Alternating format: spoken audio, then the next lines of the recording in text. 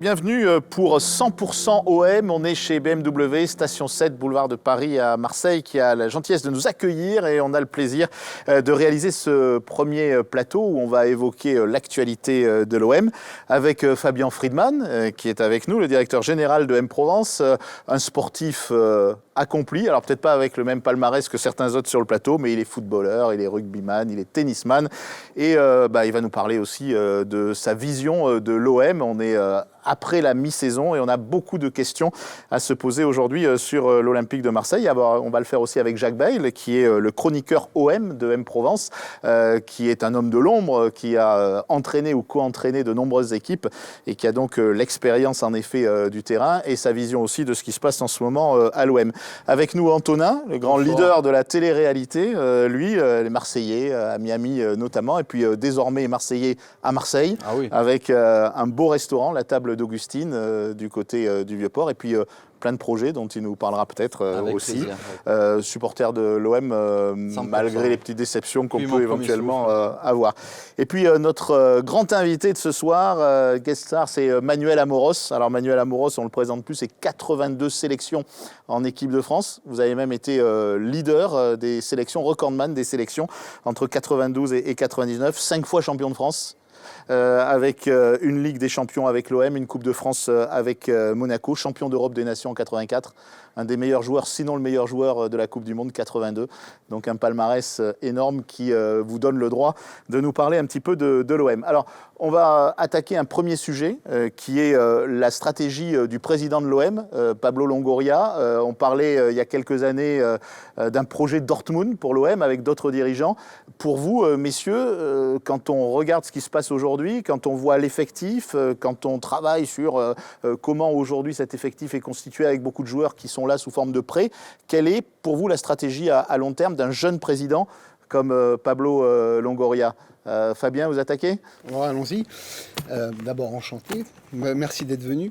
Un très très bon travail. Aujourd'hui, moi, la question que je vais d'abord me poser, on va dire une question derrière la question, c'est quel est le rôle spécifique de Longoria ? Est-ce que c'est plus un directeur sportif ? Est-ce que c'est un vrai président ? Est-ce que derrière le président, il y a un président de l'ombre ?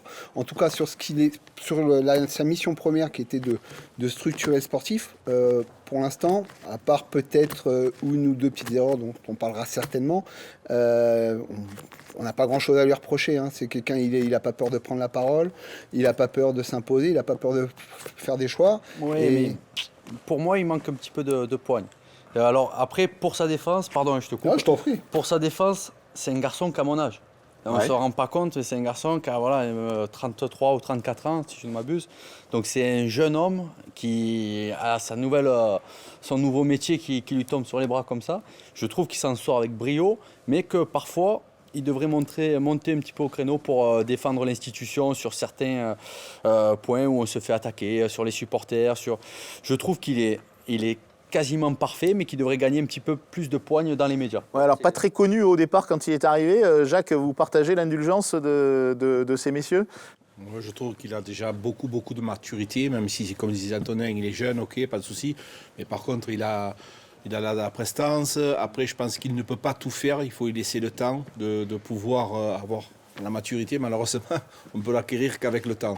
Donc, il lui faudra un peu plus de temps. Excusez-moi, le mec, il est président de l'Olympique de Marseille. Hein, c'est comme les BMW. C'est l'Olympique de Marseille. Donc, il faut vraiment être... Non, mais Jacques, tu peux être président, mais le problème, c'est que tu n'as pas d'argent. Quand tu vas chercher des jeunes joueurs et qu'on te prête ces joueurs-là, est-ce que tu as les moyens de pouvoir les garder à la fin de la saison ? Non. Non. Donc, si tu veux, quelque part, c'est un peu un trompe-l'œil parce qu'il va chercher des joueurs, mais qu'on sait qu'on ne va pas les garder. Donc, on va les former, on va les valoriser et après, ils vont retourner dans un club. Et nous, on va aller chercher d'autres joueurs, que là aussi, c'est pareil. Est-ce qu'on va aller chercher des joueurs qu'on va nous prêter ou est-ce qu'on va aller chercher des joueurs qu'on va acheter ? C'est ça aussi le problème. Et bien sûr que Longoria, il a été aussi agent de joueurs, donc il a un réseau qui est très, très, très important. Mais il ne construit pas non plus par rapport à notre centre de formation. Parce qu'on a quelques joueurs qui sortent de temps en temps, mais on n'a pas toute une colonie de joueurs parce que la structure peut-être du centre de formation n'est peut-être pas assez bonne pour pouvoir sortir des joueurs. On en parlait tout à l'heure, il y a un vivier extraordinaire à Marseille et les environs. pourquoi on va chercher toujours à droite à gauche? Pourquoi on n'essaye pas de prendre et de former? Il semble le faire, ça. Il semble vouloir mettre un peu les barbelés autour de la région. Oui, mais quand tu regardes des fois des joueurs qui sont partis de Marseille et qui deviennent soit internationales, soit ils jouent dans des équipes européennes de haut niveau et qu'on n'a pas su nous recruter. Combien de joueurs? Un pagaille. Je pense qu'il y a un vrai problème sur ce point, et Emmanuel a raison. C'est qu'on voit qu'aujourd'hui, il y a des clubs européens qui viennent implanter des camps à Marseille. Je pense notamment à l'Espagnol Barcelone, qui a mis un pôle de jeunes espoirs à Marseille, qui fait venir des entraîneurs de Barcelone pour les former, et qui vont certainement sortir les Marseillais, et nous, on n'arrive pas à les sortir. Alors je sais que c'est un dossier qu'adore Jacques. On préfère dépenser de l'argent dans certains Brésiliens. Ils ont raison, c'est le jeu, l'Espagnol Barcelone de venir à Marseille. Comme disait Emmanuel, c'est un vivier. Moi, j'ai un club en Allemagne ou en Italie, je vais mettre un petit peu mes billes à Marseille aussi. Oui, mais il faut que l'OM se serve d'abord. On est d'accord. Il faut qu'on se sert d'abord et après on laisse le reste aux autres. Je vais vous donner les explications, parce que les explications, je les ai. Aujourd'hui, je peux vous donner un scoop. Je ne vais pas vous donner un nom, mais il y a un petit joueur qui est en U13 ou U14, Arnon, qui s'en va à Monaco. Et donc, c'est la star. Il était à Herbel aujourd'hui. Et ce petit, il s'en va à Monaco. Mais parce que Monaco et Nice, ils mettent de l'argent et nous, on n'en met pas. Aujourd'hui, ces clubs-là, ils sont capables de mettre 90, 100 000, 150 000 sur un enfant de 13 ans, 15 ans. Donc voilà, aujourd'hui, on n'a pas les moyens de faire comme eux. N'oublions pas qu'à Nice, excusez-moi, mais le président, il a beaucoup d'argent. Ouais, c'est un mania du pétrole. Voilà, il a fait une stratégie, il a refait un centre de formation exceptionnel. Et donc aujourd'hui, tu ne peux pas lutter avec ces gens. Donc effectivement. Donc ça veut dire qu'aujourd'hui, un gamin qui a 13 ans, comme tu dis, ou 14 ans, il est pris par l'argent. Mais ce n'est pas lui qui décide, c'est les parents. Et c'est ça aussi qui est un peu dommage. Il faudrait qu'il y ait des conseillers tout autour de ça pour dire aux parents, faites attention, le gamin il n'a que 13 ans, vous allez peut-être toucher beaucoup d'argent, mais faites attention quand même, parce que vous partez un petit peu dans l'inconnu quelque part. Parce qu'à 13 ans, tu mets de l'argent, comme un club de Nice met 100 000 €, mais est-ce qu'il va sortir le gamin ? Donc c'est un investissement, mais c'est peut-être pas un investissement sur le retour aussi après.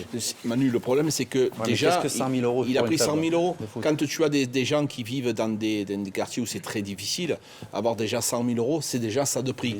On a vu par exemple Jérémy Boga qui était à l'SPTT et qui a signé à Chelsea, il avait pris je crois que c'était 200 000 € à l'époque. Donc c'est des joueurs, effectivement on a un vivier, mais effectivement ces clubs-là, ils ont plus d'argent que nous. Donc pour l'instant, je pense que Longoria fait du travail déjà avec les pros. Je vais juste revenir quand tu parlais de joueurs qui étaient prêtés. Il n'y a que Saliba, parce qu'on voit que Matteo Guendouzi, finalement, on va le garder, puisque l'option a été levée. Et ça coûte combien ? Je crois autour de 12 millions d'euros. Ouais, mais on va pouvoir le garder. On va pouvoir garder le gardien, Paul Lopez. On va pouvoir garder aussi quand même Cengiz Under. Donc voilà, il a fait du travail. Effectivement, moi je pense très honnêtement. Mais ces joueurs, Jacques, on les a valorisés. Donc quelque part, c'est bien qu'on les garde. Mais ça va coûter quand même de l'argent. Et quand on n'en a pas, c'est toujours compliqué parce que l'actionnaire ne veut pas en mettre ou très peu. Et puis, tu sais bien qu'on a du déficit. Comment aussi on peut dépenser de l'argent alors qu'on a du déficit et que la DNCG ne met pas le haut là. Bon, ça, c'est incompréhensible un petit peu dans tout ça. Mais il faut quand même en donner, on se pose les vraies questions. D'où la question de départ. C'est est-ce que Pablo Longoria est un président qui réussit ? Ou est-ce que Pablo Longoria est un directeur sportif ? Aujourd'hui, à quel autre club on peut comparer l'OM ? Quel est l'autre club important en Europe, voire dans le monde, qui fonctionne comme l'OM aujourd'hui ? Est-ce qu'il y a des exemples ? Est-ce que vous pensez que ce jeune président, aujourd'hui, il se fixe un objectif par rapport à des comparaisons ? C'est-à-dire que les comparaisons, Yves, aujourd'hui, tu es dans une situation financière, comme disait Manu, très compliquée. Et je pense qu'il fait avec les moyens qu'il a. Et aujourd'hui, faire ce qu'il fait avec les moyens qu'il a, j'ai envie de dire bravo. Parce que c'est pas Dijon quand même. On peut dire bravo, Jacques. Mais le problème, c'est que on recommence chaque année. C'est-à-dire que ces joueurs qui sont prêts, on va les valoriser, ils vont partir. Donc on va se faire reprêter encore des joueurs, on va les valoriser, on va partir. Donc on ne construit pas pour l'avenir. Oui, mais après, et c'est ça qui est un peu dommage aussi. Parce que le supporter, il a besoin de quoi ? De reconnaissance à un joueur. Regarde Under, qui est aujourd'hui, je pense, au-dessus de tout le monde, qui a prouvé qu'il était bon joueur. S'il s'en va, on va mettre qui ? On va le regretter. Oui, bien sûr. Bon, après, Under, il va signer. Under, normalement, l'année prochaine, il devrait être avec nous. Et c'est un bon exemple, Under, parce que s'il avait fait la saison qu'il fait avec l'Olympique de Marseille, avec l'AS Rome, on l'aurait jamais touché à ce prix qu'on va l'avoir. Donc indirectement, c'est des paris gagnants que fait... Oui et non, parce que tu le valorises. Il a un prix d'achat, Oui. mais il y a un club qui surenchérit, tu fais quoi? Mais est-ce qu'il n'y a que des paris gagnants? Parce que bon, après, non, c'est tu peux Longoria, pas c'est toujours. l'entraîneur, mais Tu peux quand pas on voit toujours, le cas de Gerson, par exemple... Oui, mais Yves, ça, je pense que c'est vrai que Gerson, ça c'est sûr, mais c'est la loi des nombres. On a acheté beaucoup de joueurs, Bien donc sûr. sur 10 ou 11, évidemment que tu vas te tromper sur 1 sur 2, ça c'est normal. Et c'est Il pas peut le pire, hein. Il peut pas faire 100% de réussite, parce que moi je vais te donner ici des exemples qui a été fait auparavant.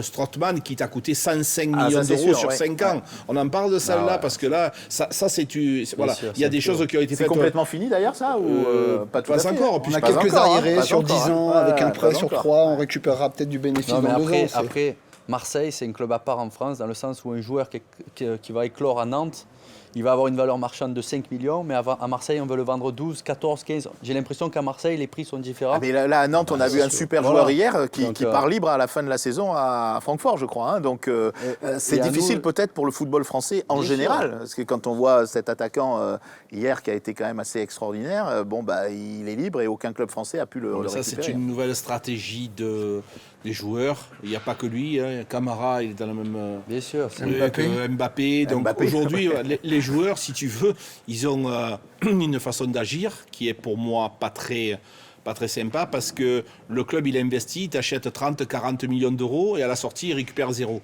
Si vous continuez comme ça, un jour les clubs ils n'auront plus d'argent tout simplement en disant voilà, on ne peut plus vous payer parce qu'on a perdu trop d'argent. Donc je pense qu'il y a quand même un retour sur investissement nécessaire.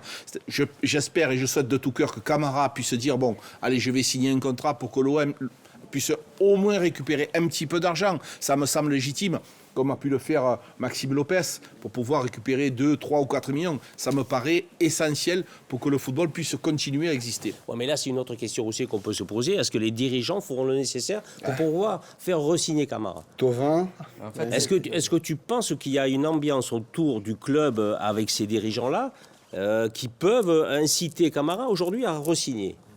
Ben oui, Je mais pense pas. Moi, je pense pas. La faute, elle, à mon avis, elle est faite par Jacques-Henri Hérault Bien sûr. et pas par Longoria, parce qu'il fallait le faire prolonger l'année d'avant, pas maintenant. Maintenant, évidemment que c'est trop tard, tu vois. Maintenant, il a la main. Voilà. C'est- en fait, Aujourd'hui, il a la c'est main pareil. mise. Et les erreurs, elles ont été faites par Jacques-Henri Hérault. À ce moment-là, quand tu vois que ton joueur, il lui reste 1 an et demi, bon, tu l'appelles dans le bureau, allez, viens, il faut qu'on se voit, j'aimerais te garder, oui, mais j'ai des propositions, mais voilà. Tu t'entends déjà, on n'a pas anticipé. Moi, personnellement, je pense que Jacques-Henri Hérault est fautif sur beaucoup de joueurs. On arrive presque à la fin de ce premier entretien là, mais au-dessus de Longoria, il y a quand même McCourt aussi. Donc aujourd'hui, et peut-être quelqu'un entre les deux. et peut-être quelqu'un entre les deux. Donc la stratégie de l'OM, c'est uniquement celle de Longoria ou c'est aussi celle du propriétaire? Comment vous voyez les choses? J'ai l'impression quand même que Longoria a le sportif entre les mains. Après, La question, c'est est-ce que c'est un président ou est-ce que c'est un directeur sportif? Oui, Parce c'est- qu'aujourd'hui, on peut se est-ce la que la poser. stratégie, Non, mais c'est un président Emmanuel a délégué. raison? C'est un président délégué. Donc il ne prend aucune initiative quelque part. Alors peut-être sur le sportif, mais il en réfère toujours au supérieur. Donc il est McCourt. Donc à partir de là, il a un peu les poings et les mains liés. Donc il ne peut pas faire non plus tout ce qu'il a envie de faire. Parce que sur les achats des joueurs, mais il est obligé de demander est-ce qu'on peut acheter ou pas. Et ça, c'est ça, le problème. le principe de l'actionnaire. On peut pas. C'est l'actionnaire qui dirige un petit peu. Et oui, parce qu'au-delà, le club, c'est les joueurs, mais c'est aussi toutes les infrastructures, tout l'environnement du club. Est-ce que vous pensez, aujourd'hui, on est dans une grande entreprise locale ici, est-ce que vous pensez qu'il y a le tissu qui doit permettre aujourd'hui à l'OM d'être un grand club européen? On peut reprocher beaucoup de choses à Hérault, mais s'il y a bien une chose qu'il a réussi à faire, c'est à structurer ce club sur les dernières années. On va parler vraiment en termes d'entreprise, que ce soit le marketing, la communication. Il a peut-être été trop loin, il a oublié la dimension du foot. C'est un moment, il est vraiment parti dans le 100% entreprise. On se rappelle le passage des 99% de personnes qui travaillent à l'OM et qui sont Marseillais, où ça l'étonne. Mais bon, s'il y a bien un truc qu'on ne peut pas trop lui reprocher, c'est d'avoir structuré le club, et peut-être le structurer encore. Par contre, effectivement, sur le côté sportif, il n'avait pas tout compris au ballon, je crois. Oui, mais parce qu'il ne s'est pas entouré de gens qui étaient compétents. Exactement. C'est toujours pareil. Qu'il n'a pas écouté. Comment? Ou qu'il n'a pas écouté. Ou qu'il n'a pas écouté. Mais dans un métier, quand tu ne connais pas, essaie de t'entourer des gens compétents qui, autour, vont te donner des conseils, vont essayer de t'orienter vers des situations, des joueurs éventuellement recrutés, vers des personnes à aller chercher au niveau encadrement, au niveau entraîneur, au niveau de la formation, au niveau des éducateurs, tout ça. Donc, mais si tu n'as personne, le mec, il comprend rien, il restera là, il ne comprendra jamais rien. Hein. C'est pour ça qu'il y a eu des problèmes à chaque fois. Hein. Merci messieurs pour ce premier... Juste un mot, oui. celui qui a tout compris, c'était Bernard Tapie. Je crois que tout le monde le connaît, mais c'est vrai, il connaissait rien au ballon, mais il s'est entouré de gens qui étaient compétents et qui l'ont fait avancer. Mais c'est ça le problème. Aujourd'hui, on n'en voit plus des gens comme ça. Ah, non. Ben, ça sera la conclusion donc, de ce premier numéro de 100% OM. On se retrouve très vite sur M Provence pour reparler de l'OM.